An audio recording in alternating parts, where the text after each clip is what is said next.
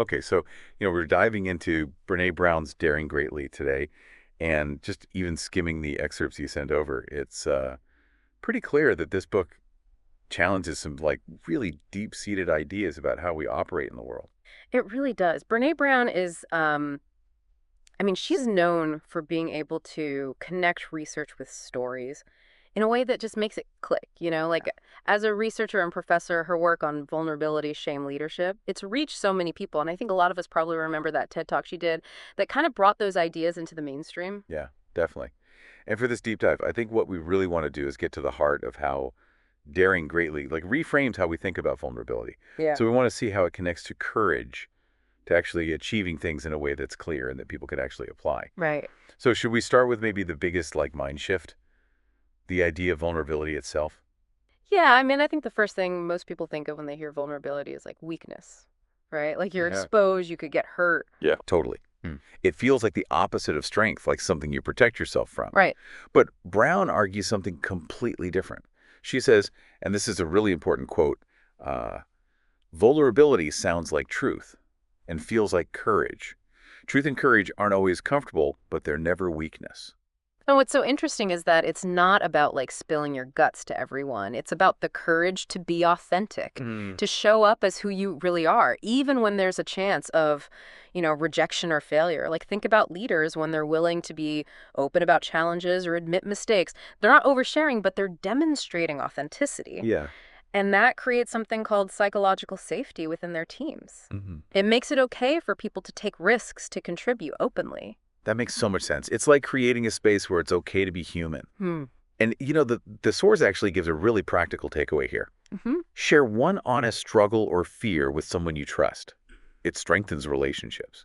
Like a small act of opening up can really build connection. Exactly. And it builds on this idea that vulnerability isn't weakness. It's actually the foundation for strong relationships. Hmm. Should we talk about perfectionism now? Yeah, let's connect this to another big idea from the book, the trap of perfectionism. Okay.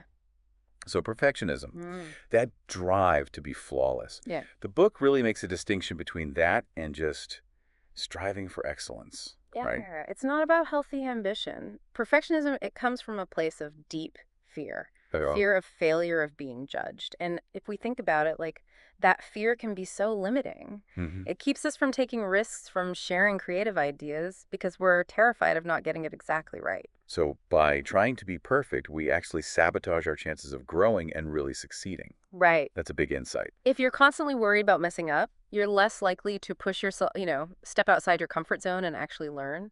Brown suggests that embracing our imperfections, accepting that we're all works in progress, hmm it actually builds confidence over time, Okay. like counterintuitively. Yeah. And the action tip here is to try something new this week without worrying about being perfect. hmm It shifts the focus from needing a flawless outcome to the value of the experience itself. Okay, that's something we can all try to do. Now, another big thing Brown talks about is shame. How does vulnerability play into dealing with that? So, what's really insightful is how shame works. It wants you to keep it a secret. It thrives in silence. It tells you that you're alone in your struggles, that you're fundamentally flawed or not good enough.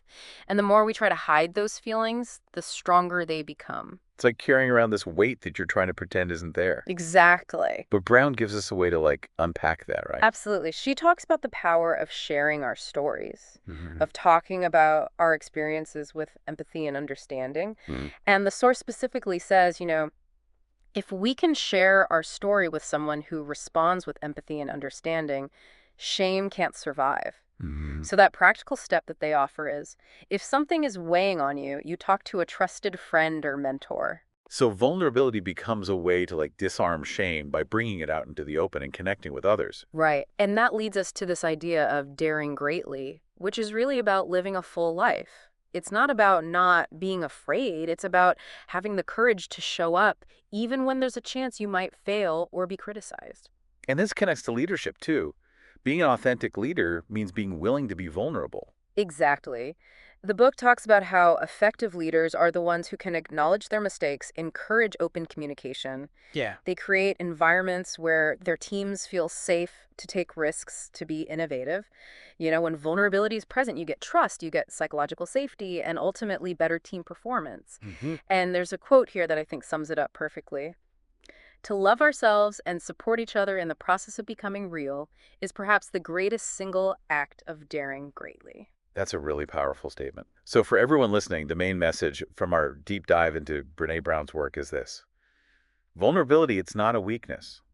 It's the foundation of courage. Yeah. When you embrace vulnerability in your relationships, in your work, in your life, you open yourself up to deeper connections, greater achievements, a more authentic life. The source says, stop hiding, show up, be seen, and dare greatly. Powerful stuff. Mm. So as a final thought, I want you to think about one area of your life where maybe you're holding back Okay. because you're afraid to be vulnerable. You, And ask yourself, what's one small concrete step you could take today to dare greatly in that area of your life? yeah, I think that's a great place to leave it. Awesome. Thanks. Thanks for joining me.